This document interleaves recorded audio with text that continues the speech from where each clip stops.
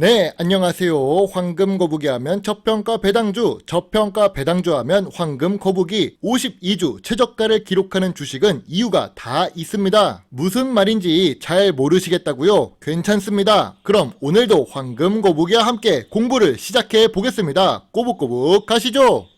코스피 지수가 상승했습니다. 그래서 어제보다 오늘이 더 좋은 흐름을 보여주고 있는 하루였는데요. 그런데 재무 안정성에 별이 5개나 붙어있는 동양생명이 어제에 이어 오늘도 52주 최저가를 기록하고 있습니다. 무슨 일이 있길래 하락하는 걸까요? 52주 최저가를 기록한 동양생명에 대해 오늘 분석해 보겠습니다. 동양생명은 이름에 생명이 붙어 있으니 보험회사라는 것을 알 수 있습니다. 이런 보험이나 은행 같은 금융회사는 배당을 잘 주는데요. 그런데 제가 배당주 옆에 과거라고 써놨지요. 뭔가 문제가 있다는 뜻입니다. 조금 특이하게도 외국인 소진율이 82%에 가깝습니다. 즉 동양생명은 외국회사라는 뜻이며 유통주식이 거의 없는 주식이라는 뜻이죠. 동양생명의 1년 동안의 주가를 보면 하락 추세를 그리고 있었습니다. 하락하다가도 2022년 바람이 차가워지면서 배당주 매수하기 좋은 시기가 될 때 배당 기대감에 주가가 상승합니다. 10월 4,800원부터 12월 말 5,600원까지 작년 배당 수준으로 주가가 상승합니다. 그리고 당연하게도 12월 말에 배당락을 경험합니다. 다른 금융주는 이 정도로 하락하지는 않았는데 동양생명은 내려가면서 지하실을 뚫고 터널까지 만들 생각인가 봅니다.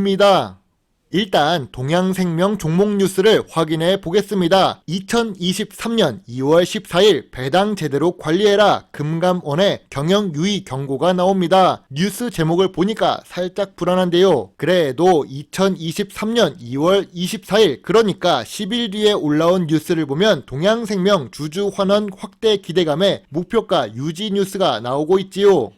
배당을 제대로 하라는 것은 무슨 내용일까요? 종합검사에서 경영유의 11건, 개선사안 18건이나 나왔습니다. 배당 계획 절차 내부 지침도 미비하고 있었군요. 동양생명은 시가총액이 5천억이 넘는 대형 주식인데 배당 운영을 중소기업 사장 마인드로 했다는 걸까요? 계속 읽어보겠습니다. 문단의 첫 줄은 핵심 내용입니다. 운영 절차도 지적했다. IT 조직의 역량도 부족했다. 상품 개발과 관련한 운영체계도 미흡했다. 금융사고 예방 대응도 부족했다. 보험 지정 대리 청구인 제도 운영에도 미흡도 있다. 엄청 문제가 많아 보입니다. 너무 불안합니다.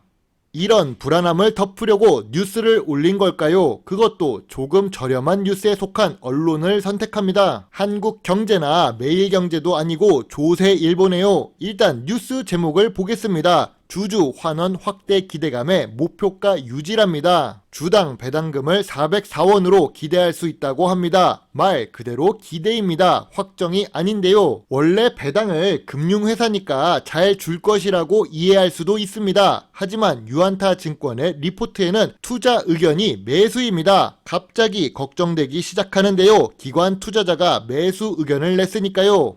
종목 뉴스에는 없는데 포털 사이트에 검색하면 바로 나오는 뉴스입니다. 배당금을 미지급한 동양생명 임원에는 자사주를 지급했답니다. 제목만 들어도 열받는데 일단 내용을 읽어보겠습니다. 새로운 회계 기준이 도입되면 실적 회복에 따른 배당 재개 가능성에 관심이 쏠린답니다. 아니 금융 주식에 배당이 빠지면 관심을 줄 수 있겠습니까? 당연한 소리입니다. 지난해 동양생명의 순이익은 740억입니다. 물론 전년 대비 73% 하락한 수치지만 당기 순이익을 기록했기는 했습니다. 그런데 2022년 4분기 순손실로 배당 가능 이익이 소멸했다고 하는데요. 그동안 대체 어떻게 관리하고 있는 걸까요? 그래놓고 임원에게는 자사주를 지급합니까? 상장 이래 처음 배당 미지급을 결정했다는데 임원은 행복한 상황입니다. 이게 바로 주가 하락의 직접적인 원인이라는 것을 알 수 있습니다. 금융주가 2월 24일에 대부분 올라가니 주가 동향이라면서 하나투자연구원이 좋은 뉴스를 올려줍니다. 10월 이후에 배당금 미지급 뉴스가 나옵니다. 그래놓고 실적이 나중에 좋아지면 배당 재개 가능성에 관심을 가지라고 합니다. 가능성이 있으니까 동양생명 주식 매도하지 말라고요. 하나투자증권의 연구원은 과연 무슨 생각이 있는 걸까요? 제 개인적인 의견이지만 아직 한화투자증권이 보유한 물량을 정리하지 못했나 봅니다. 우리는 이제 알고 있습니다. 황금 거북이의 구독자 여러분이라면 쉽게 알 수 있습니다. 기관 투자자의 매수 의견은 탈출 신호라는 것을 말이죠. 실적 회복 시 배당 재개 가능성을 말한다. 다음 배당은 언제 입금될까요? 바로 2024년 4월에 입금될 것입니다. 금융 주식은 배당금을 보고 투자하는데 말입니다. 올해 배당을 받지 않으면 투자 매력도가 많이 내려갑니다. 그렇다면 동양생명은 어디까지 내려갈까요? 일단 동양생명은 매출액이 매년 상승하는 주식이 아닙니다. 5년간의 상승과 하락을 반복했습니다. 그리고 영업이익률은 낮게 유지되고 있었는데요. 거기다가 2022년도에 순이익도 감소하고 말았지요. 동양생명의 2019년 저점은 3,300원입니다. 2022년도 실적도 2019년과 비슷한 수준이니까 2019년의 저점까지는 하락을 열어두어야 할 것 같습니다. 이런 주식 같은 경우 2023년 2분기까지의 실적을 보고 나서 투자하셔도 늦지 않습니다. 지금 52주 최저가라고 저점 구간이자 저평가 구간이라고 생각해서 무작정 매수했다가는 장기간 물려 있을 가능성이 있습니다. 오늘 시작부터 너무 안 좋은 이야기만 했네요. 어둠이 있으면 빛도 있어야겠지요. 52주 최저가를 기록한 종목 중에 관심을 두고 있던 쿠쿠홀딩스입니다. 2007년 전기밥솥 품목으로 세계 인류 상품에 선정되고 현재까지도 인정받고 있는 쿠쿠밥솥입니다. 이름에 홀딩스가 붙어 있으니 당연히 지주회사이고 황금 거북이가 좋아하는 배당도 지급하는 주식이죠.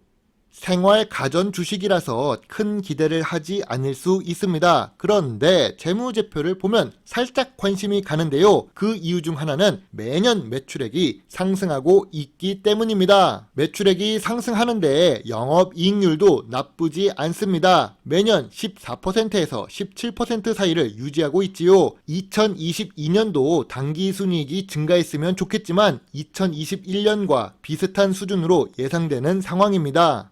쿠쿠홀딩스의 재무제표는 좋습니다. 그래서 쿠쿠홀딩스의 ROE 역시 성장하고 있습니다. 미래 성장 가능성도 좋게 보이는데요. ROE를 5년 연속 10% 이상 기록하고 있지요. 거기다가 황금 거북이가 중요하게 생각하는 부채 비율이 100% 미만입니다. 2022년에는 20%대였던 부채 비율이 2% 감소해서 18%를 기록하고 있습니다. 이렇게 낮은 부채 비율과 높은 유보율은 좋은 재무 안정성이 있는 주식이라는 것을 알려주지요.